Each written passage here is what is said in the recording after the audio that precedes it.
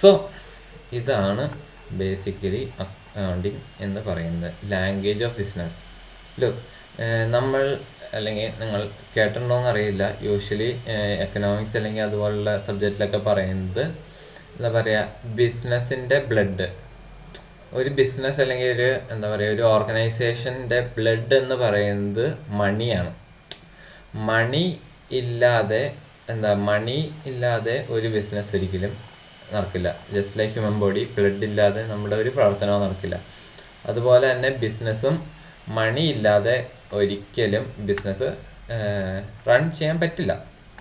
Okay, so നമ്മൾ എവിടെയൊക്കെ ഈ മണി സ്പെൻഡ് ചെയ്തു, നമ്മൾ എവിടെയൊക്കെ എന്താ പറയുക, നമ്മൾ എന്തിനൊക്കെ വേണ്ടി മണി സ്പെൻഡ് ചെയ്തു, അതുപോലെ തന്നെ എങ്ങനെയൊക്കെ നമുക്ക് മണി കിട്ടി, ഇതിനെല്ലാം ഒരു റെക്കോർഡ് വേണമല്ലോ. അല്ലെങ്കിൽ എവിടെയാണ് നമുക്ക് നഷ്ടം വന്നത്, എവിടെയാണ് നമുക്ക് ലാഭം ഉണ്ടായത് എന്നൊന്നും നമുക്കറിയാൻ പറ്റില്ല. സോ ഇതൊക്കെ അറിയണമെങ്കിൽ അക്കൗണ്ടിങ് വളരെ നിർബന്ധമാണ്. സോ ഇത് ഈ ബിസിനസ്സിൻ്റെ ഓണേഴ്സിനും അതുപോലുള്ള മറ്റ് യൂസേഴ്സിനും എന്താ പറയുക ഒരു കമ്മ്യൂണിക്കേറ്റ് ചെയ്യുന്ന ഒരു ലാംഗ്വേജാണ് അക്കൗണ്ടിങ് അല്ലെങ്കിൽ അക്കൗണ്ടൻസി എന്ന് പറയുന്ന ഒരു ലാംഗ്വേജ്. ഓക്കെ, സോ ഇത് ജസ്റ്റ് ഓർത്തിരിക്കുക. ഇനിയാണ് എന്താ പറയുക മീനിങ് ഓഫ് അക്കൗണ്ടിങ് എന്ന് പറയുന്ന ഒരു കൺസെപ്റ്റ്. ഇത് നിങ്ങൾ +2 കൊമേഴ്സ് പഠിച്ചവരാണെങ്കിൽ നിങ്ങളുടെ ഫസ്റ്റ് ഡേ ഓഫ് അക്കൗണ്ടിങ് ക്ലാസ്സിൽ നിങ്ങൾ പഠിച്ച അതേ മീനിങ് തന്നെയാണ്. ആക്ച്വലി ഈ ബുക്കിൽ വേറെയും പല പല മീനിങ്സിനെ പറ്റിയൊക്കെ പറയുന്നുണ്ട്, but still this is the important meaning. അതായത് committee on terminology set up by American Institute of Certified Public Accountants. അതായത് അമേരിക്കയിൽ ചാർട്ടേഡ് അക്കൗണ്ട്സ്. നമ്മുടെ ഇന്ത്യയിൽ Indian Institute of Chartered Accountants of India എന്ന് പറയുന്നത് പോലെ അമേരിക്കയിലുള്ള ചാർട്ടേഡ് അക്കൗണ്ടിങ് ഇൻസ്റ്റിറ്റ്യൂട്ടിൻ്റെ മീൻസ് അമേരിക്കയിലുള്ള ചാർട്ടേഡ് അക്കൗണ്ടിങ്ങിനെ പറയുന്നത് CPA എന്നാണ്. നമ്മളിവിടെ ഇന്ത്യൻ CA എന്ന് പറയുമ്പോൾ അവിടെ CPA എന്നാണ് ചാർട്ടേഡ് അക്കൗണ്ട്സ് പറയുന്നത്. സോ അവരുടെ ഒരു ഇൻസ്റ്റിറ്റ്യൂട്ടാണ് American Institute of Certified Public Accountants. ഇവർ ഫോർമുലേറ്റ് ചെയ്ത ഒരു ഡെഫിനേഷനാണ് ഏറ്റവും പോപ്പുലർ ആയിട്ടുള്ളത്.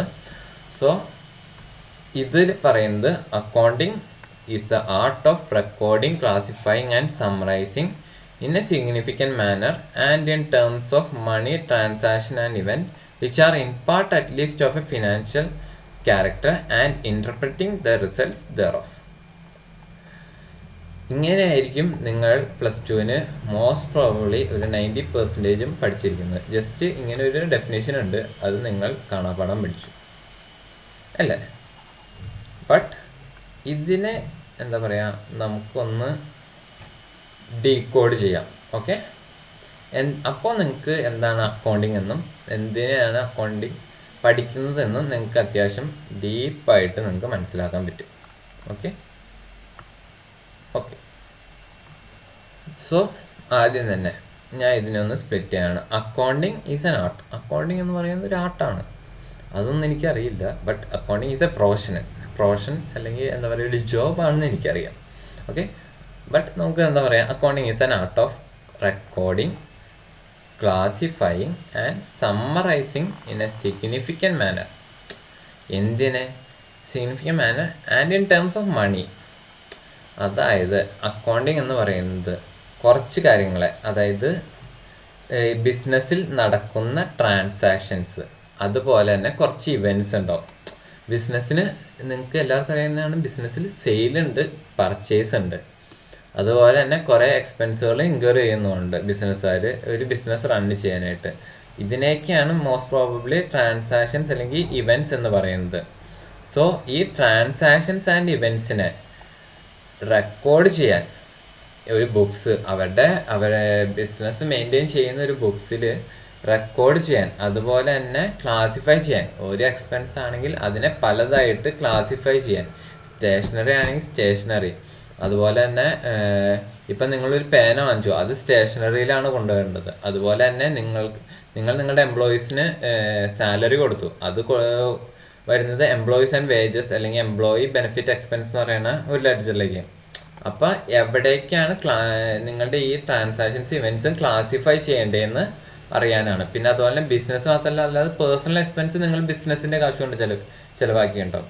സോ അത് പേഴ്സണൽ നേച്ചറിൽ തന്നെ, അതൊരിക്കലും ബിസിനസ്സിൻ്റെ എന്താ പറയുക റിസൾട്ടിനെ അഫക്റ്റ് ചെയ്യുന്നതല്ല. സോ അങ്ങനത്തെ കാര്യങ്ങളൊക്കെ എങ്ങനെ റെക്കോർഡ് ചെയ്യണം, അതുപോലെ തന്നെ ക്ലാസിഫൈ ചെയ്യണം, അതുപോലെ തന്നെ സമ്മറൈസും ചെയ്യണം.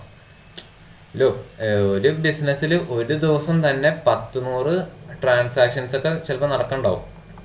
ഇപ്പോൾ നിങ്ങളൊരു മൊബൈൽ കമ്പനി ആയ എയർടെൽ അല്ലെങ്കിൽ ജിയോ പോലുള്ളൊരു മൊബൈൽ കമ്പനിയിൽ ഒരു ദിവസം തന്നെ ഒരാൾ ചാർജ് മീൻസ് ഒരു കസ്റ്റമർ ഒരു 100 രൂപയ്ക്ക് ചാർജ് ചെയ്തു എന്ന് വിചാരിക്കുക. ഇന്ത്യയിൽ തന്നെ ഏകദേശം ഓൾമോസ്റ്റ് 1.5 ബില്യൺ ആൾക്കാർ തന്നെയുണ്ട്. സോ അവരിൽ ഏകദേശം എയർടെലിൻ്റെയൊക്കെ ഒരു കസ്റ്റമർ അല്ലെങ്കിൽ ഒരു ജിയോയുടെയൊക്കെ ഒരു എന്താ പറയുക ഒരു കസ്റ്റമർ ബേസ് എന്ന് പറയുന്നത് തന്നെ ക്രോർസ് ഓഫ് പീപ്പിൾ അല്ലെങ്കിൽ lakhs of people all around the world ആയിരിക്കും. ഓൾ അറൗണ്ട് ഇന്ത്യ തന്നെയായിരിക്കും. ഏകദേശം ലാക്സ് ഓഫ് അല്ലെങ്കിൽ എന്താ പറയുക ക്രോർസ് ഓഫ് പീപ്പിൾസ് ഉണ്ടാവും. സോ ഇവരെല്ലാവരിലും മിനിമം ഇവരെല്ലാവരും ഒരു ദിവസം ചെയ്തില്ലെങ്കിലും ഇതിൽ മിനിമം ഒരു 30% ആൾക്കാരെങ്കിലും ചെയ്യും. അപ്പം തന്നെ ഏകദേശം ഇവരുടെ എയർടെലിൻ്റെ സെയിൽ മാത്രം തന്നെ ഏകദേശം ഒരു ഡേ തന്നെ ഒരു 20 lakh ട്രാൻസാക്ഷൻസ് ആയിരിക്കും. 20 lakh വാല്യൂ അല്ല പറയുന്നത്, 20 lakhന്റെ അടുത്ത് അല്ലെങ്കിൽ എന്താ പറയുക ഒരു 1 crore അടുത്തൊക്കെ ട്രാൻസാക്ഷൻസ് തന്നെയുണ്ട്. അത്ര ആൾക്കാർ റീചാർജ് ചെയ്യാനായിട്ടും ഡാറ്റ മീൻസ് സ്പെഷ്യൽ റീചാർജ് തന്നെ പല ഓപ്ഷൻസ് ഉണ്ടല്ലോ. അപ്പോൾ അതൊക്കെ ചെയ്യാനായിട്ട് ഏകദേശം ട്രാൻസാക്ഷൻസ് തന്നെ ഉണ്ടാവും. ഇതെല്ലാം ജസ്റ്റ് റെക്കോർഡ് ചെയ്യുക അല്ലെങ്കിൽ ക്ലാസിഫൈ ചെയ്തിട്ടൊന്നും ഒരു കാര്യമില്ല. ഇതിൻ്റെ ഓണേഴ്സിന് ഇതിൻ്റെ പ്രോഫിറ്റ് എത്രയാണ് എന്നറിയണമെങ്കിൽ ഇതൊക്കെ ഒന്ന് സമ്മറൈസ് ചെയ്തെടുക്കണം. ഓക്കെ, ഇതൊന്ന് സമ്മറൈസും കൂടി ചെയ്യുന്നത് അക്കൗണ്ടിങ് എന്ന് പറയുന്ന ഒരു കോഴ്സിൻ്റെ അല്ലെങ്കിൽ ഒരു പ്രോസസ്സിൻ്റെ ഭാഗമാണ്. ഓക്കെ, അത് ചുമ്മാ ചെയ്താൽ പോരെ, ഇൻ എ സിഗ്നിഫിക്കൻറ്റ് മാനർ. അതായത് ഈ ബിസിനസ് ചെയ്യുന്ന ആൾക്ക് ഇതൊക്കെ സിഗ്നിഫിക്കൻ്റ് ആണ് എന്നോ തോന്നുന്ന കാര്യങ്ങൾ മാത്രമേ റെക്കോർഡ് ചെയ്തിട്ട് കാര്യമുള്ളൂ. ഓക്കെ, ഈ സിഗ്നിഫിക്കൻറ്റ് എന്ന് പറയുന്നതിന് നമ്മൾ എന്താ പറയുക നിങ്ങൾ എന്താ പറയുക അടുത്ത ഇപ്പോൾ നിങ്ങളിപ്പോൾ ഇൻ്റർമീഡിയറ്റ് അല്ലെങ്കിൽ തന്നെ ഈ അക്കൗണ്ടിങ്ങിൽ തന്നെ കുറച്ച് കഴിയുമ്പോൾ ഈ അക്കൗണ്ടിങ് പോളിസീസ് പഠിക്കുമ്പോൾ ഒരു കാര്യം നിങ്ങൾ പഠിക്കും, മെറ്റീരിയാലിറ്റി എന്ന് പറയുന്ന ഒരു കൺസെപ്റ്റ് ഉണ്ട്.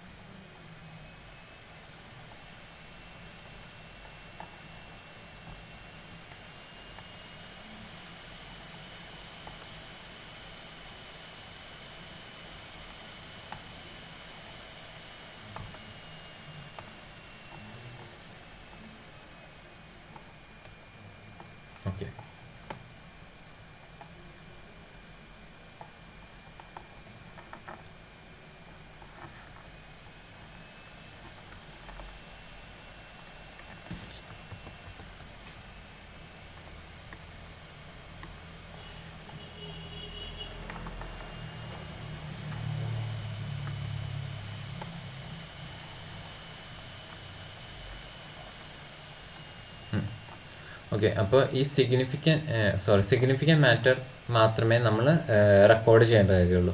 നിങ്ങൾ കുറച്ച് കഴിയുമ്പോൾ മെറ്റീരിയാലിറ്റി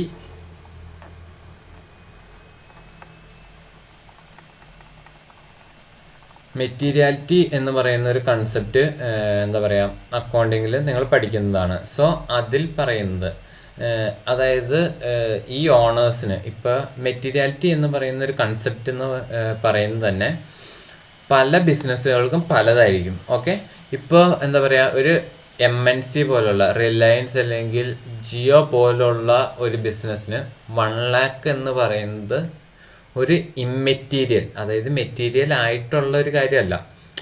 ഇപ്പോൾ ഒരു എന്താ പറയുക ജിയോ എന്ന് പറയുന്ന ഒരു കമ്പനിക്ക് അവരുടെ ഏതോ ഒരു ബ്രാഞ്ചിൽ ഇപ്പോൾ കസ്റ്റമർ സർവീസിൽ ഏതൊരു ബ്രാഞ്ചിൽ ഒരാൾ ഒരു 5,000 രൂപ അല്ലെങ്കിൽ ഒരു 10,000 രൂപ മോഷ്ടിച്ചു കൊണ്ടുപോയി. അതൊരിക്കലും അവരെ സംബന്ധിച്ച് മെറ്റീരിയൽ അല്ല. In case of monetary value അതൊരിക്കലും ഒരു മെറ്റീരിയൽ ആയിട്ടുള്ള ഒരു കാര്യമല്ല. ഓക്കെ, ബട്ട് അവർക്ക് മെറ്റീരിയൽ എന്ന് പറയുന്നത് മിനിമം ഒരു 1 crore എങ്കിലും, അല്ലെങ്കിൽ ഒരു എന്താ പറയുക 50 lakhs 1 crore അടുത്ത് വരുന്ന കാര്യങ്ങളൊക്കെയാണ് അവർക്ക് മെറ്റീരിയൽ ആയിട്ടുള്ളത്. മുകേഷ് അംബാനി അങ്ങനത്തെ കാര്യങ്ങളെ നോക്കത്തുള്ളൂ. സോ അക്കൗണ്ടിങ് എന്ന് പറയുന്നത് അങ്ങനത്തെ സിഗ്നിഫിക്കൻറ്റ് കാര്യങ്ങളൊക്കെ റെക്കോർഡ് ചെയ്യാനും എന്താ പറയുക അങ്ങനത്തെ കാര്യങ്ങളൊക്കെ മറ്റേ ബിസിനസ്സിൻ്റെ ഓണേഴ്സിന് മുമ്പിലേക്ക് എത്തിക്കാനുമാണ് മെയിൻലി നോക്കുന്നത്. ഓക്കെ, സോ ഈ ഒരു കാര്യം ഓർത്തിരിക്കുക. മെറ്റീരിയാലിറ്റി എന്ന് പറയുന്നത് വളരെ ഇമ്പോർട്ടൻ്റ് ആയിട്ടുള്ള ഒരു കൺസെപ്റ്റാണ്. CA ഫൗണ്ടേഷനിലാണെങ്കിൽ അതെ, ഫ്യൂച്ചർ നിങ്ങൾ മുകളിലേക്ക് പോകുന്നതോളം മെറ്റീരിയാലിറ്റി എന്ന് പറയുന്ന വാക്ക് തുടരെ കേട്ടുകൊണ്ടിരിക്കും. മെറ്റീരിയാലിറ്റി എന്ന് പറയുന്നത് വേറൊന്നുമല്ല, സിഗ്നിഫിക്കൻറ്റ് മാറ്റേഴ്സ്. ഓക്കെ, പിന്നെ അക്കൗണ്ടിങ്ങിൽ നമ്മൾ റെക്കോർഡ് ചെയ്യുന്നത് എല്ലാം മണി ടേംസ്, മണിയുടെ ബേസിസിലാണ് നമ്മൾ റെക്കോർഡ് ചെയ്യുന്നത്. ഫോർ എക്സാമ്പിൾ, ഇപ്പോൾ ഒരു സാലറി, നമ്മളൊരു എംപ്ലോയിന് സാലറി കൊടുത്തു, അത് നമ്മൾ മോണിറ്ററി ഇതിൽ റെക്കോർഡ് ചെയ്യും. പക്ഷേ ഒരു എംപ്ലോയി വളരെ നന്നായിട്ട് പെർഫോം ചെയ്തു, അത് ഒരിക്കലും എന്താ പറയുക നമ്മുടെ ബുക്സിൽ വരില്ല.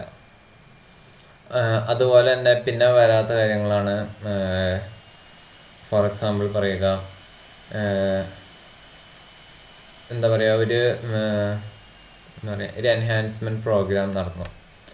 അതായത് നിങ്ങളുടെ ടീം വർക്ക്, ഒരു ടീമാണെങ്കിൽ അതിനൊരു ടീം ലീഡർ ഉണ്ടാവും. അപ്പോൾ പുള്ളി നന്നായിട്ട് വർക്ക് ചെയ്യുന്നു, അല്ലെങ്കിൽ അത് നല്ല ടീമിന് നല്ലൊരു എന്താ പറയുക ഒരു നല്ലൊരു വർക്കിംഗ് എൻവയോൺമെൻറ്റ് കൊടുക്കുക. അതുപോലെ തന്നെ നന്നായിട്ട് എല്ലാവർക്കും ഈക്വാലിറ്റി, എംപ്ലോയീസിനെല്ലാം ഈക്വൽ റൈറ്റ്സ് മുതലായ കാര്യങ്ങളൊക്കെ വളരെ നല്ല കാര്യങ്ങൾ തന്നെയാണ് ബിസിനസ്സിൽ. പക്ഷെ അതൊന്നും നമ്മളെന്താ അക്കൗണ്ടിങ് എന്ന് പറയുന്ന ഒരു ഇതിൽ വരത്തില്ല. അക്കൗണ്ടിങ്ങിൻ്റെ സ്കോപ്പിൽ വരാത്തൊരു കാര്യമാണ് ഇങ്ങനത്തെ നോൺ മോണിറ്ററി ആയിട്ടുള്ള കാര്യങ്ങൾ. ഓക്കെ, സോ അതൊന്നും ഓർമ്മയിലേക്കുക. പിന്നെ വരുന്നതാണ് ട്രാൻസാക്ഷൻസ് ആൻഡ് ഇവൻറ്റ്സ്. നമ്മൾ റെക്കോർഡ് ചെയ്യുന്നത് ഞാൻ നേരത്തെ പറഞ്ഞു ട്രാൻസാക്ഷൻസ് ആൻഡ് ഇവൻറ്റ്സ് ആണ്. അതായത് ഇതിൽ ഈ മോണിറ്ററി ആയിട്ട് ബിസിനസ്സിൽ നടക്കുന്ന പല കാര്യങ്ങളെയാണ് നമ്മൾ ഈ ട്രാൻസാക്ഷൻസ് ആൻഡ് ഇവൻറ്റ്സ് എന്നുകൊണ്ട് ഉദ്ദേശിക്കുന്നത്. ഓക്കെ, ഇങ്ങനെയെല്ലാം നമ്മൾ ഇതെല്ലാം ചെയ്യുന്നു, which are in part at least of financial character. അതായത് മോണിറ്ററി ഫിനാൻഷ്യൽ ക്യാരക്ടറിലുള്ള കാര്യങ്ങളാണ് നമ്മൾ അക്കൗണ്ടിങ്ങിൽ ഡീൽ ചെയ്യുള്ളൂ. ഓക്കെ, ആൻഡ് ഇതെല്ലാം നമ്മൾ ജസ്റ്റ് റെക്കോർഡ് ചെയ്യുക, സമ്മറൈസ് ചെയ്യുക മാത്രം പോരാ, ഇതിൽ നിന്ന് നമുക്ക് റിസൾട്ട് എന്താണെന്ന് നമുക്ക് ഇൻ്റർപ്രറ്റ് ചെയ്യാനും പറ്റണം. ഓക്കെ, അതായത് ഇപ്പോൾ ഒരു ബിസിനസ്സിനെ സംബന്ധിച്ച് പറയുകയാണെങ്കിൽ പ്രോഫിറ്റ് ആണോ അതോ ലോസ് ആണോ അവരുടെ ബിസിനസ് എന്ന് അവർക്ക് ഇൻ്റർപ്രറ്റ് ചെയ്യാൻ പറ്റണം. ഓക്കെ, അതും കൂടി ഇത്രയും കാര്യങ്ങൾ നമുക്ക് ചെയ്യാൻ പറ്റിയാലാണ് നമ്മൾ ചെയ്യുന്നത് അക്കൗണ്ടിങ് എന്ന് നമുക്ക് പറയാൻ പറ്റുള്ളൂ. ഓക്കെ, സോ ഇതാണ് അക്കൗണ്ടിങ് എന്ന് പറയുന്ന നിങ്ങൾ പഠിക്കാൻ പോകുന്ന സബ്ജക്റ്റിൻ്റെ മീനിങ്. എനിക്കറിയാം എന്താ പറയുക, നിങ്ങൾ BCom പഠിച്ചപ്പോഴും അല്ലെങ്കിൽ നിങ്ങൾ +2 പഠിച്ചപ്പോഴും ഇത്രയും ഡീപ്പായിട്ട് ഇത്രയും കാര്യങ്ങൾ ഈ ഒരു മീനിങ് അക്കൗണ്ടിങ്ങിൻ്റെ മീനിങ്ങിലുണ്ട് എന്നറിയാൻ പറ്റില്ല. ബട്ട് എന്താ പറയുക, അക്കൗണ്ടിങ്ങിനെ ഡിഫൈൻ ചെയ്യുന്നത് ഈ മീനിങ് ആണ്. അപ്പോൾ ഈ മീനിങ് അറിയാതെ നിങ്ങൾ മുൻപോട്ട് പോയിട്ട് ഒരു കാര്യമില്ലെന്ന് എനിക്ക് തോന്നിയത് കൊണ്ടാണ് ഞാൻ ഈ മീനിങ്, ഈ ഒരു ഡെഫിനിഷനെ എത്ര ഇമ്പോർട്ടൻ്റ് ആയിട്ട് കൊടുത്തത്. ഇത് നിങ്ങൾ എന്തായാലും പഠിക്കുക. എന്താ പറയുക, ഒരു അക്കൗണ്ടിങ് ഒരു CA സ്റ്റുഡൻറ്റ് എന്ന് പറയുന്ന അനുസരിച്ച് ഇത് നിങ്ങൾക്ക് മനഃപ്പാടമായിരിക്കണം. ഓക്കെ, സോ നമ്മൾ ഇതിൻ്റെ തന്നെ ഒരു ഡെഫിനിഷൻ അല്ലെങ്കിൽ അതിൻ്റെ ഒരു എക്സ്പ്ലനേഷനാണ് ഇവിടെ കൊടുത്തിരിക്കുന്നത്. നിങ്ങൾ ജസ്റ്റ് ഒന്ന് വായിച്ചു നോക്കുക, വളരെ ഹെൽപ്ഫുൾ ആയിരിക്കും, നിങ്ങൾക്ക് മനസ്സിലാവും, പെട്ടെന്ന് തന്നെ മനസ്സിലാവും ഈ എക്സ്പ്ലനേഷൻ ഇത്രയും ഡീപ്പായിട്ട് തന്നുകൊണ്ട് തന്നെ. പിന്നെ അതുപോലെ തന്നെ ഞാൻ നേരത്തെ പറഞ്ഞല്ലോ, എന്താ പറയുക, American Institute of chartered accounts ആ ഒരു ഡെഫിനേഷൻ മാത്രമല്ല നമ്മുടെ ബുക്സിലുള്ളത്. ഇത് അമേരിക്കൻ അക്കൗണ്ടിങ് അസോസിയേഷൻ എന്ന് പറയുന്ന ഒരു അസോസിയേഷൻ 1966 ഇറക്കിയ ഒരു ഡെഫിനേഷനാണ്. അക്കൗണ്ടിങ് എന്ന് പറയുന്നത് process of identifying, measuring and communicating economic information to permit informed judgement and decision by users of accounts. Literally നമ്മൾ നേരത്തെ പറഞ്ഞ ഡെഫിനിഷൻ്റെ എന്താ പറയുക, കുറേ വാക്കുകൾ അല്ലെങ്കിൽ കുറേ എന്താ പറയുക കാര്യങ്ങൾ ഇത്രയും കൂടി ചുരുക്കി എന്താ പറയുക, ഏറ്റവും കൂടി ഒരു ഇതിൽ തന്നേക്കുന്ന ഒരു ഡെഫിനേഷൻ ലിറ്ററലി നമ്മൾ നേരത്തെ ഉദ്ദേശിച്ചത് തന്നെയാണ് ഇവിടെയും കൊടുത്തിരിക്കുന്നത്. അത് നിങ്ങൾക്ക് ഡീകോഡ് ചെയ്യാൻ കാര്യങ്ങൾക്ക് എളുപ്പമാണെങ്കിൽ, ഇത് കൂടുതൽ ഇൻട്രസ്റ്റ് ഉള്ളവരൊക്കെ ആണെങ്കിൽ ജസ്റ്റ് വായിച്ചു നോക്കി അറിയാം. ബട്ട് ഞാൻ പറയുക അധികം സമയം കളയരുത് എന്നാണ്. വേറെ ഡെഫിനേഷൻ പഠിക്കണമെങ്കിൽ എന്താ പറയുക, ഈ ഒരു ഡെഫിനേഷൻ തന്നെ പഠിക്കുക. ഓക്കെ ഓക്കെ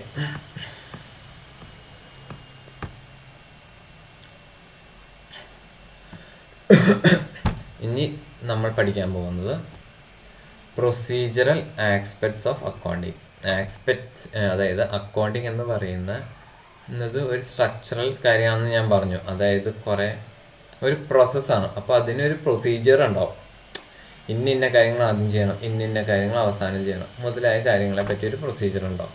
സോ അതാണ് ഇവിടെ പറയുന്നത്. ഇത് ഞാൻ ഇവിടെ ഈ ഒരു ബേസിൽ പറയുന്നതൊക്കെ ഭേദം എനിക്ക് ബെറ്ററായിട്ട് തോന്നുന്നത് ഈ ഒരു ഗ്രാഫിൻ്റെ ബേസിൽ നിങ്ങൾക്ക് എക്സ്പ്ലെയിൻ ചെയ്യുന്നതായിരിക്കും ഇത്രയും കൂടി ബെറ്റർ.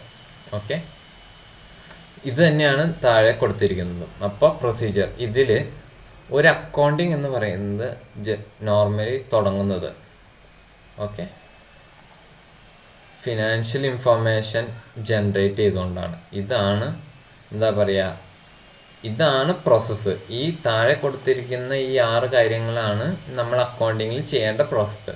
പക്ഷെ ഇതിനെ ക്ലാസിഫൈ ചെയ്തിരിക്കുന്ന ഫസ്റ്റ് സ്റ്റേജ് എന്ന് പറയുന്നത് ഈ ജനറേറ്റിംഗ് ഫിനാൻഷ്യൽ ഇൻഫർമേഷൻ ആണ്. സെക്കൻഡ് സ്റ്റേജിങ് ആണ് using of financial information. Okay, so നമ്മൾ എന്താ പറയുക, നമ്മൾ ആ ഡെഫിനേഷനിൽ കണ്ട വാക്യങ്ങൾ തന്നെയാണ്. അക്കൗണ്ടിങ് എന്ന് പറയുന്നത് റെക്കോർഡിംഗ് ആണ്. പിന്നെ ക്ലാസിഫൈ ചെയ്യണം ട്രാൻസാക്ഷൻസ്. ട്രാൻസാക്ഷൻസ് ആൻഡ് ഇവൻസിനെ റെക്കോർഡ് ചെയ്യണം, ക്ലാസിഫൈ ചെയ്യണം, സമ്മറൈസ് ചെയ്യണം. അത് കഴിഞ്ഞിട്ട് അനലൈസ് ചെയ്യണം, ഇൻ്റർപ്രറ്റ് ചെയ്യണം, കമ്മ്യൂണിക്കേറ്റ് ചെയ്യണം. കമ്മ്യൂണിക്കേഷൻ നമ്മൾ ആ ഡെഫിനേഷനിൽ കണ്ടില്ല. ഓക്കെ, അതെന്താണെന്ന് ഞാൻ പറഞ്ഞുതരാം. ഓക്കെ, റെക്കോർഡിംഗ് എന്ന് പറയുമ്പോൾ ഇതിൽ കുറച്ച് കാര്യങ്ങളുണ്ട്. നമ്മൾ സിസ്റ്റമാറ്റിക്കലി റെക്കോർഡ് ചെയ്യുന്ന പറഞ്ഞാൽ നമുക്ക് തോന്നുന്ന രീതിയിൽ ഒരിക്കലും അക്കൗണ്ടിങ് ചെയ്യരുത്. ഓക്കെ, ഇത് കുറച്ച് റൂളുകളുണ്ട്. അത് നമ്മൾ കാഷ്വലി പഠിക്കും. അടുത്ത ചാപ്റ്റേഴ്സിലൊക്കെ നമ്മളത് അക്കൗണ്ടിങ്ങിൻ്റെ കുറേ റൂളുകളൊക്കെ പഠിക്കും. ഇപ്പോൾ റെക്കോർഡിങ് എന്താ ഇമ്പോർട്ടൻറ്റ് എന്ന് പറയാൻ കാരണം എന്ന് വെച്ചാൽ, ഇവിടെ നിന്നാണ് സ്റ്റാർട്ട്. അക്കൗണ്ടിങ് സ്റ്റാർട്ട് ചെയ്യുന്നത് ഇവിടെ നിന്നാണ്. ബുക്ക് കീപ്പിംഗ് എന്നൊക്കെ പറയും. ഇവിടെ നിന്ന് പോയിട്ടാണ് ക്ലാസിഫൈ ചെയ്യുന്നത്, സമ്മറൈസ് ചെയ്യുന്നത്, സമ്മറിയിൽ നിന്നാണ് അനാലിസിസ് നടത്തുന്നത്, അനാലിസിസിൽ നിന്നാണ് ഇൻ്റർപ്രറ്റ് ചെയ്യാൻ പറ്റുന്നത്, ഇൻ്റർപ്രറ്റ് ചെയ്യുന്നതാണ് കമ്മ്യൂണിക്കേഷനും നടക്കുന്നത്. ഇവിടെ തെറ്റിയ ഈ ഫുൾ കാര്യം കൊളാവും. സോ എന്താ പറയുക, റെക്കോർഡിങ് ഈസ് ഇമ്പോർട്ടൻറ്റ്. കറക്റ്റായിട്ട് റെക്കോർഡ് ചെയ്യുക, എന്നാൽ മാത്രമേ കറക്റ്റായിട്ടുള്ള റിസൾട്ട്സ് നമുക്ക് കിട്ടുകയുള്ളൂ. ഓക്കെ, അതുപോലെ തന്നെ കറക്റ്റായിട്ട് പ്രാക്ടീസ് ചെയ്യുക, എന്നാലാണ് കറക്റ്റ് റിസൾട്ട്സ് നിങ്ങളുടെ എക്സാമിന് കിട്ടുകയുള്ളൂ. സോ റെക്കോർഡ് ചെയ്യാൻ പല മാർഗ്ഗങ്ങളുണ്ട്. ജേർണൽ എൻട്രീസ്, അതുപോലെ തന്നെ ക്യാഷ് ബുക്ക് മുതലായ പല റെക്കോർഡുകളും കാര്യങ്ങളൊക്കെ ഉണ്ട്. ഇത് റെക്കോർഡ് ചെയ്യാനും മറ്റു കാര്യങ്ങൾക്കൊക്കെ ആയിട്ട്. ഓക്കെ, സോ അങ്ങനെയാണ് നമ്മൾ ഒരു ട്രാൻസാക്ഷൻ കിട്ടുമ്പോൾ അത് റെക്കോർഡ് ചെയ്യണോ എന്നുള്ള കാര്യമൊക്കെ നമ്മൾ ഡിസൈഡ് ചെയ്യേണ്ടതാണ്. ഓക്കെ, സോ അങ്ങനെ എന്തൊക്കെ റെക്കോർഡ് ചെയ്യണം എന്നുള്ളത് ഇവിടെ ഐഡൻറ്റിഫൈ ചെയ്യണം. പിന്നെ ക്ലാസിഫൈ ചെയ്യണം. ഈ ഒരു സ്റ്റേജിൽ നമ്മൾ ഈ റെക്കോർഡ് ചെയ്ത സാധനങ്ങൾ ക്ലാസിഫൈ ചെയ്യണം. ഞാൻ നേരത്തെ പറഞ്ഞ പോലെ സ്റ്റേഷനറി ആയിട്ടുള്ള കാര്യങ്ങൾ സ്റ്റേഷനറിയുടെ അടിയിൽ തന്നെ റെക്കോർഡ് ചെയ്യണം. ഇപ്പോൾ ഒരു പേന വാങ്ങിച്ചു, അതിന് വേറൊരു ലെഡ്ജർ ക്ലാസിഫൈ ചെയ്യാൻ വേണ്ടി നമ്മൾ ഉപയോഗിക്കുന്ന ഒരു ടൂളാണ്, അല്ലെങ്കിൽ ഒരു ഫോർമാറ്റ്, അല്ലെങ്കിൽ ഒരു എന്താ പറയുക, ഒരു റെക്കോർഡാണ് ലെഡ്ജർ എന്ന് പറയുന്നത്. സോ ഓരോന്നിനും ഓരോ ട്രാൻസാക്ഷനും ഓരോ ലെഡ്ജർ ഉണ്ടാക്കിയാൽ ബേസിക്കലി എന്താ പറയുക, നമ്മൾ ഈ റെക്കോർഡ് ചെയ്യുന്നത് തന്നെയായിരിക്കും ക്ലാസിഫൈ ആയി ആ സ്റ്റേജിൽ നടക്കാൻ പോകുന്നത്. സോ അങ്ങനെ ചെയ്യരുത്. നമ്മളെപ്പോഴും ലോജിക്ക് ഉപയോഗിക്കുക. നമ്മൾ റെക്കോർഡ് ചെയ്ത സാധനങ്ങൾ എന്ത് നേച്ചറിലുള്ളതെന്നനുസരിച്ച് ആ നേച്ചറിലുള്ള ലെഡ്ജേഴ്സിലേക്ക് ഒന്നും കൂടി ഒന്ന് സമ്മറൈസ് ചെയ്യുക, ക്ലാസിഫൈ ചെയ്യുക. ഓരോ നേച്ചറിലുള്ള എക്സ്പെൻസുകൾ ഓരോന്നായിട്ട് ക്ലാസിഫൈ ചെയ്യുക. പിന്നെ ആണ് നമ്മൾ സമ്മറൈസ് ചെയ്യേണ്ടത്. അതായത് ഈ ക്ലാസിഫൈ ചെയ്തത് തന്നെ കുറേ ഉണ്ടാവും. അപ്പോൾ അതിനെ ഒന്ന് ഒറ്റ ഒരു ഫോർമാറ്റ്, ലെഡ്ജേഴ്സ് എന്ന് പറയുന്നത് പല ഇതിലുണ്ടാവും. നിങ്ങൾക്കത് എന്താ പറയുക, പ്രാക്ടീസിലേക്ക് ലെഡ്ജറിലേക്കും ജേണലിലേക്കും ജേണൽ എൻട്രീസും അതുപോലെ ലെഡ്ജറിലെ പോസ്റ്റിംഗ് എല്ലാം ചെയ്യുമ്പോഴാണ് നിങ്ങൾക്ക് ഇത് കാര്യമായിട്ട് മനസ്സിലാവുള്ളൂ. ബട്ട് ആസ് എ ഇൻട്രൊഡക്ഷൻ ഞാൻ പറയുകയാണ്, ക്ലാസിഫൈ ക്ലാസിഫൈ ചെയ്യുന്നത് ലെഡ്ജേഴ്സിലാണ്. ലെഡ്ജേഴ്സ് തന്നെ എന്താ പറയുക ഓരോ നേച്ചർ അനുസരിച്ചാണ്. അപ്പോൾ അത് തന്നെ പിന്നെയും 10 രൂപ ഉണ്ടാവും. അതിനെല്ലാം കൂടി ഒരു ഒറ്റ ഫോർമാറ്റിലേക്ക് മാറ്റുന്നതാണ് സമ്മറൈസിങ്. സമ്മറൈസിങ് യൂഷ്വലി നടക്കുന്നത്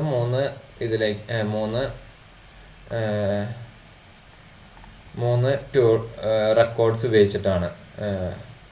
ഓക്കെ, ഇപ്പം ഞാൻ ഇവിടെ ക്ലാസിഫൈഡ് കേസ് പറഞ്ഞപ്പോൾ ഞാൻ പറഞ്ഞു ഇതിൽ വരുന്നത് ലെഡ്ജേഴ്സ് ആണ്.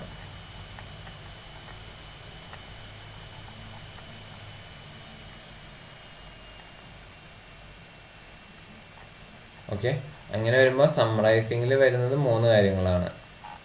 ഒന്ന് TB എന്ന് പറയും ഷോർട്ട് ഫോമിൽ, അല്ലെങ്കിൽ ട്രയൽ ബാലൻസ്. ഓക്കെ, പിന്നെ വരുന്നത് P&L എന്ന് പറയും, പ്രോഫിറ്റ് ആൻഡ് ലോസ് അക്കൗണ്ട്. പിന്നെ വരുന്നത് ബാലൻസ് ഷീറ്റ്. ഓക്കെ, ഈ 3 കാര്യങ്ങളാണ് യൂഷ്വലി സമ്മറൈസിങ് എന്ന് പറയുന്നതിൽ നമ്മൾ ചെയ്യുന്നത്. ഓക്കെ, പിന്നെ അനലൈസിങ് ഉണ്ട്. നമ്മൾ ഇതിനെല്ലാം നമ്മൾ അനലൈസ് ചെയ്തിട്ട് പ്രോഫിറ്റ് എത്രയാണ്, അതുപോലെ തന്നെ ബിസിനസ്സിൻ്റെ ലിക്വിഡിറ്റി എത്രയാണ് പോലുള്ള കുറേ കാര്യങ്ങൾ നമ്മൾ കണ്ടുപിടിക്കുന്നതാണ് അനലൈസിങ്, അതുപോലെ തന്നെ ഇൻ്റർപ്രറ്റിങ് മുതലായ കാര്യങ്ങളൊക്കെ വരുന്നത്. പിന്നെ വരുന്നതാണ് കമ്മ്യൂണിക്കേറ്റിംഗ്. എന്താ പറയുക, അക്കൗണ്ടിങ്ങിൻ്റെ മെയിൻ കാര്യം. നമ്മൾ വിചാരിക്കും ഇതൊക്കെയാണ് അക്കൗണ്ടിങ്, ഒരു ചാർട്ടേഡ് അക്കൗണ്ടൻ്റെ ജോബ് എന്ന് പറയുന്നത് എന്നൊക്കെ.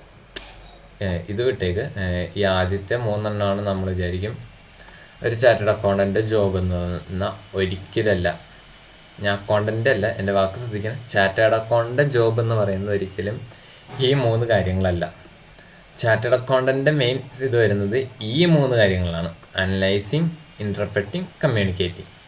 ഓക്കെ, ഈ അക്കൗണ്ടിങ് കാര്യങ്ങൾ നിങ്ങളെന്താ അക്കൗണ്ടിങ് പഠിച്ചാൽ ആർക്ക് വേണമെങ്കിലും ചെയ്യാൻ പറ്റും. നിങ്ങളത് ഫൗണ്ടേഷൻ പഠിച്ചാൽ, അല്ലെങ്കിൽ ഒരു ഡിഗ്രി ഉള്ള ആൾക്കും അത്യാവശ്യം നന്നായിട്ട് പഠിക്കുന്ന ഒരാളാണെങ്കിൽ അക്കൗണ്ടിങ് കാര്യങ്ങൾ സുഖമായിട്ട് ചെയ്യാൻ പറ്റും. പക്ഷേ എന്താ പറയുക, ഈ കാര്യങ്ങൾ കറക്റ്റാണോ എന്ന് അനലൈസ് ചെയ്യുക, അതുപോലെ തന്നെ അതിൽ നിന്ന് കുറേ കാര്യങ്ങൾ ഇൻ്റർപ്രറ്റ് ചെയ്തെടുക്കുക, അതുപോലെ തന്നെ അത് ഓണേഴ്സായിട്ട് കമ്മ്യൂണിക്കേറ്റ് ചെയ്യുക. ഈ 3 കാര്യങ്ങൾ ചെയ്യണമെങ്കിൽ ഒരു സംഭവം വേണം. അതാണ് CA അല്ല, പ്രൊഫഷൻസി എന്ന് പറയും, അല്ലെങ്കിൽ പ്രൊഫഷണൽ എന്ന് പറയുന്ന ഒരു ക്വാളിറ്റി. അല്ലെങ്കിൽ ഇതൊക്കെ ചെയ്യാൻ പറ്റുന്നത് ഒരു പ്രൊഫഷണൽ എന്ന് പറയുന്ന ഒരാൾക്കാണ്. And they are simply called as CA or chartered accountants. Okay, ഞാൻ പറയുന്നത് CAസിന് മാത്രമല്ല, ബാക്കിയുള്ളവർക്ക് അത്യാവശ്യം എന്താ പറയുക, CMA ഉള്ളവർ അവരുടേതായ സൈഡിൽ, but mainly that is CA. ഇതാണ് ഈ ഒരു 2 വാക്കിൻ്റെ പവർ എന്ന് പറയുന്നത്. ഓക്കെ, സോ ഇനി ഈ പ്രോസസ്സ് എന്തൊക്കെയാണ്, അല്ലെങ്കിൽ ഇതിൻ്റെ സ്റ്റേജസ് എന്തൊക്കെയാണെന്നൊക്കെ പറഞ്ഞു. സോ ഇനി എന്താ പറയുക, ഇതിൽ ഞാൻ പറഞ്ഞു റെക്കോർഡ് ചെയ്യണമെങ്കിൽ ഐഡൻറ്റിഫിക്കേഷൻ ഓഫ് ട്രാൻസാക്ഷൻ ഇമ്പോർട്ടൻ്റ് ആണ്. സോ ഇത് ഞാൻ പറഞ്ഞു, ഇത് അക്കൗണ്ടിങ് എന്ന് പറയുന്നത് ഒരു പ്രോസസ്സാണ്. സെറ്റ് ചെയ്താണ്ട് ഇൻപുട്ട് എന്നാണ്, ഈ T ഇല്ല, ചില എറേഴ്സ് വരും. അത് ഈ മെറ്റീരിയൽ CAയുടെ മെറ്റീരിയൽ ഇപ്പോൾ അപ്ഡേറ്റ് ചെയ്യുന്നുണ്ട്. അപ്പോൾ ചില ക്ലറിക്കൽ എറേഴ്സ് വരും, അത് നിങ്ങളെ ഇഗ്നോർ ചെയ്തേക്ക്.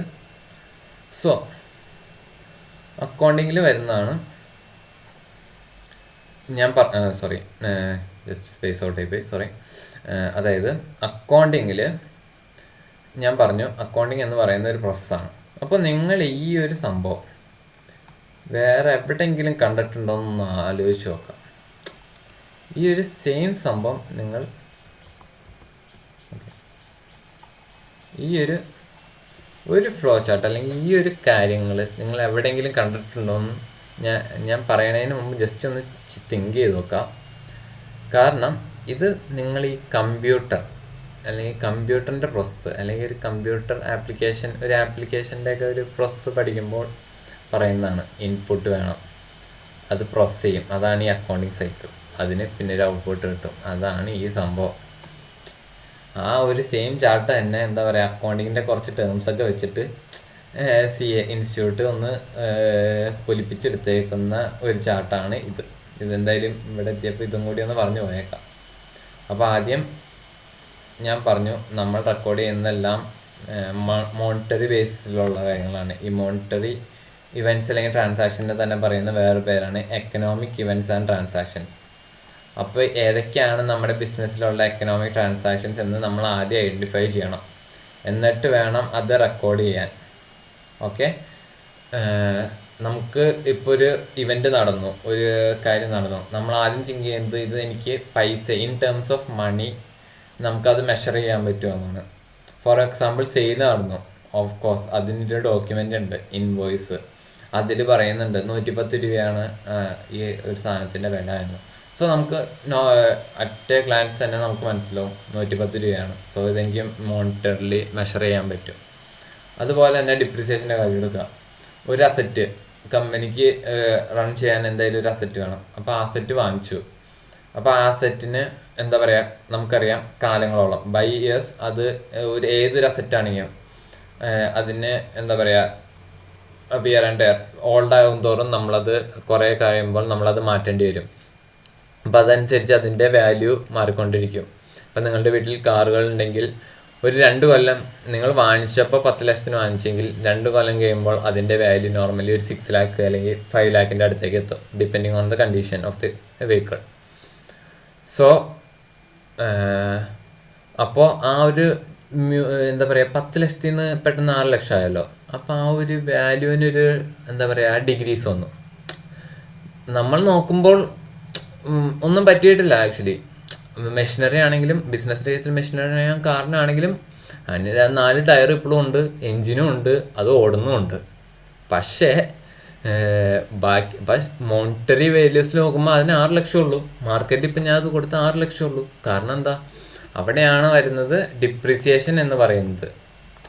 അപ്പോൾ ഇത് ലിറ്ററലി എന്താ പറയുക, നമ്മൾ ജസ്റ്റ് നോക്കുകയാണെങ്കിൽ ബിസിനസ് നോക്കുകയാണെങ്കിൽ ഇതിൻ്റെ എഫക്റ്റ് വരുന്നില്ല, നമ്മൾ കാണുന്നില്ല, നമ്മുടെ കയ്യിൽ പൈസ പോകുന്നില്ല, പൈസ വരുന്നില്ല. പക്ഷേ ഇങ്ങനെ ഒരു എഫക്റ്റ് ഉണ്ടല്ലോ. നിങ്ങൾ ആക്സെപ്റ്റ് ചെയ്താലും ആക്സെപ്റ്റ് ചെയ്തില്ലെങ്കിലും ആ മെഷീനറിക്ക് ഇപ്പോൾ വിറ്റ ആ വാല്യൂ കിട്ടില്ല. It's A fact. അപ്പോൾ ഇതും ഒരു എക്കണോമിക് ട്രാൻസാക്ഷൻ അല്ലെങ്കിൽ എക്കണോമിക് ഇവൻ്റ് എന്ന് പറയാം. ട്രാൻസാക്ഷൻ എന്ന് പറയാൻ പറ്റില്ല, ഇവൻ്റ് എന്ന് പറയുന്നതാണ് ഈ ഡിപ്രിസിയേഷൻ എന്ന് പറയുന്നത്. സോ ഇങ്ങനത്തെ കാര്യങ്ങളൊക്കെ നമ്മൾ ആദ്യം ഐഡൻറ്റിഫൈ ചെയ്യുക എന്നുള്ളതാണ് അക്കൗണ്ടിങ് അല്ലെങ്കിൽ അപ്പോൾ ഒരു അക്കൗണ്ടൻറ്റ് എന്ന് പറയുന്ന ഒരാളുടെ ആദ്യത്തെ കാര്യം. പിന്നെ അത് റെക്കോർഡ് ചെയ്യുക, പോസ്റ്റ് ചെയ്യുക ജേർണൽസിൽ നേരത്തെ പറഞ്ഞ പോലെ. പിന്നെ അത് സമ്മറൈസ് ചെയ്യാൻ വേണ്ടി ട്രയൽ ബാലൻസ് പ്രിപ്പയർ ചെയ്യുക, ഫിനാൻഷ്യൽ അക്കൗണ്ട്സ് പ്രിപ്പയർ ചെയ്യുക. എന്നിട്ട് ഇതെല്ലാം കമ്മ്യൂണിക്കേറ്റ് ചെയ്യണം. ആർക്കൊക്കെ ആയിട്ട്, ഇൻറ്റേർണൽ യൂസേഴ്സിനും എക്സ്റ്റേണൽ യൂസേഴ്സിനും. അതാരൊക്കെയാണെന്നുള്ളത് നമ്മൾ ഗ്രാജുവലി താഴെ കാണുന്നതാണ്. ഓക്കെ, സോ ഏകദേശം എന്താ പറയുക, ഈ ഒരു ഗ്രാഫും നിങ്ങൾക്ക് ഏകദേശം മനസ്സിലായി എന്ന് ഞാൻ വിചാരിക്കുന്നു.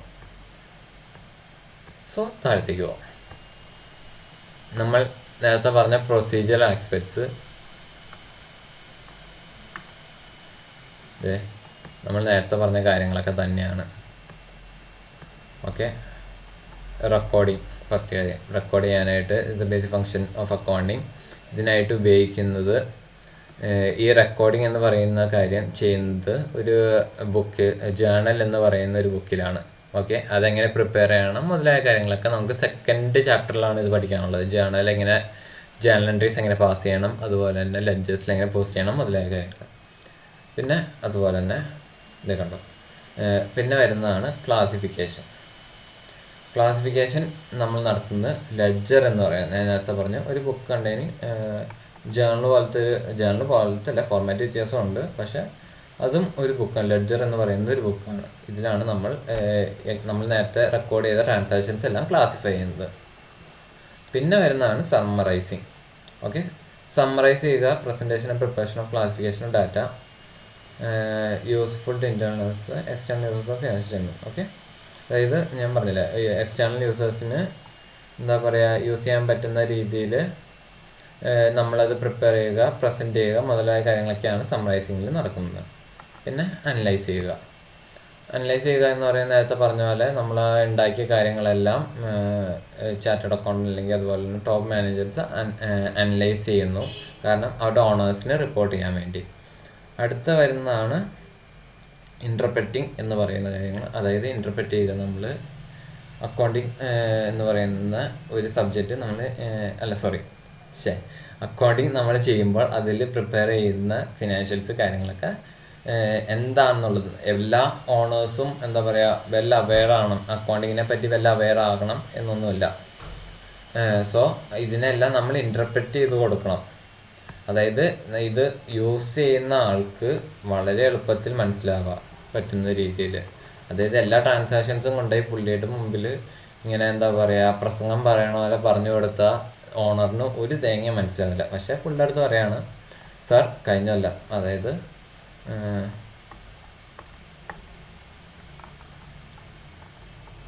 കഴിഞ്ഞല്ല 2023 to 2024, അതായത് മാർച്ച്, നമ്മൾ ഫിനാൻഷ്യൽ ഇയർ അല്ലെങ്കിൽ അക്കൗണ്ടിങ് ഇയർ എന്ന് പറയുന്നത് 1st ഏപ്രിൽ മുതൽ 31st മാർച്ചാണ് ഇന്ത്യയിലുള്ളത്. അപ്പോൾ ഈ ഒരു കൊല്ലം നമ്മുടെ പ്രോഫിറ്റ് ലെറ്റ്സ് സേ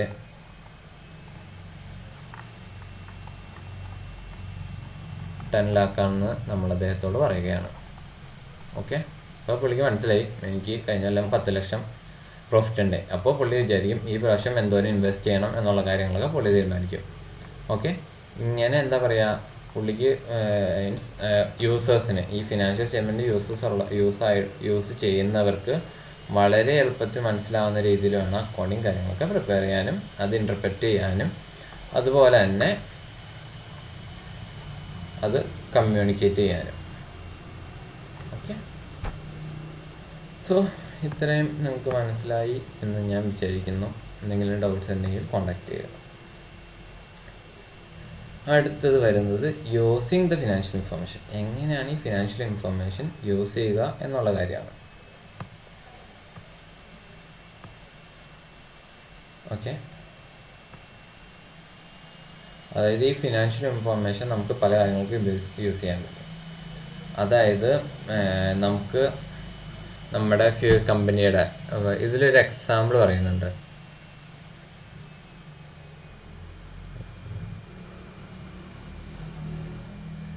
അതായത് ഇപ്പോൾ ഇൻ കേസ് ഇതിൽ പറയുന്നത് ഒരു എയർലൈൻസ് കമ്പനി അവർ ഒരു ബാങ്കിൽ നിന്ന് കടം വാങ്ങിച്ചു. എന്തിനാണ് കടം വാങ്ങിച്ചത്? അവരുടെ ആ എയർലൈൻസ്, അതായത് ഫ്ലൈറ്റ് ഓടിക്കാൻ വേണ്ടി ഓയിൽ വാങ്ങാൻ വേണ്ടിയാണ് ഇത്. അതുപോലെ തന്നെ അവരത് ടിക്കറ്റ്സ് കസ്റ്റമേഴ്സിന് വിൽക്കുന്നുണ്ട്. മീൻസ് ഇത് റീപേ ചെയ്യാനും പിന്നെ അവർക്ക് പ്രോഫിറ്റ് ഉണ്ടാക്കാനും വേണ്ടി അവർ വേറെ കുറേ കാര്യം ചെയ്യുന്നുണ്ട്. അതായത് ടിക്കറ്റ് കസ്റ്റമേഴ്സിന് സെയിൽ നടത്തുന്നുണ്ട്, അതുപോലെ തന്നെ സ്റ്റാഫിന് സാലറിയും കൊടുക്കുന്നുണ്ട്. ഓക്കെ, ഇവരെല്ലാവരും അപ്പോൾ ഇതെന്താ പറയുക ഇവരെല്ലാവരും അതായത് ഈ പൈസ നമ്മൾ വാങ്ങിച്ച ബാങ്ക്, അതുപോലെ തന്നെ നമ്മൾ സെല്ല് ചെയ്ത കസ്റ്റമേഴ്സ്, അതുപോലെ തന്നെ നമ്മൾ സാലറി കൊടുക്കുന്ന എംപ്ലോയീസ്, ഇവരെല്ലാവരും കീ സ്റ്റേക്ക് ഹോൾഡേഴ്സ് ആണെന്നാണ് ICA പറയുന്നത്. അതായത് ഇവരെല്ലാം വളരെ കീ സ്റ്റേക്ക് ഹോൾഡേഴ്സ് എന്ന് ഉദ്ദേശിക്കുന്നത് വേറെ ഒന്നുമല്ല, വളരെ ഇമ്പോർട്ടൻ്റ് ആയ ആൾക്കാർ, ബിസിനസ്സിനെ സംബന്ധിച്ച് വളരെ ഇമ്പോർട്ടൻ്റ് ആയ ആൾക്കാരാണ് ഇവരെന്നാണ് പറയുന്നത്. സോ ഇവർക്ക് ഉപയോഗിക്കാനാണ് നമ്മൾ നേരത്തെ കണ്ട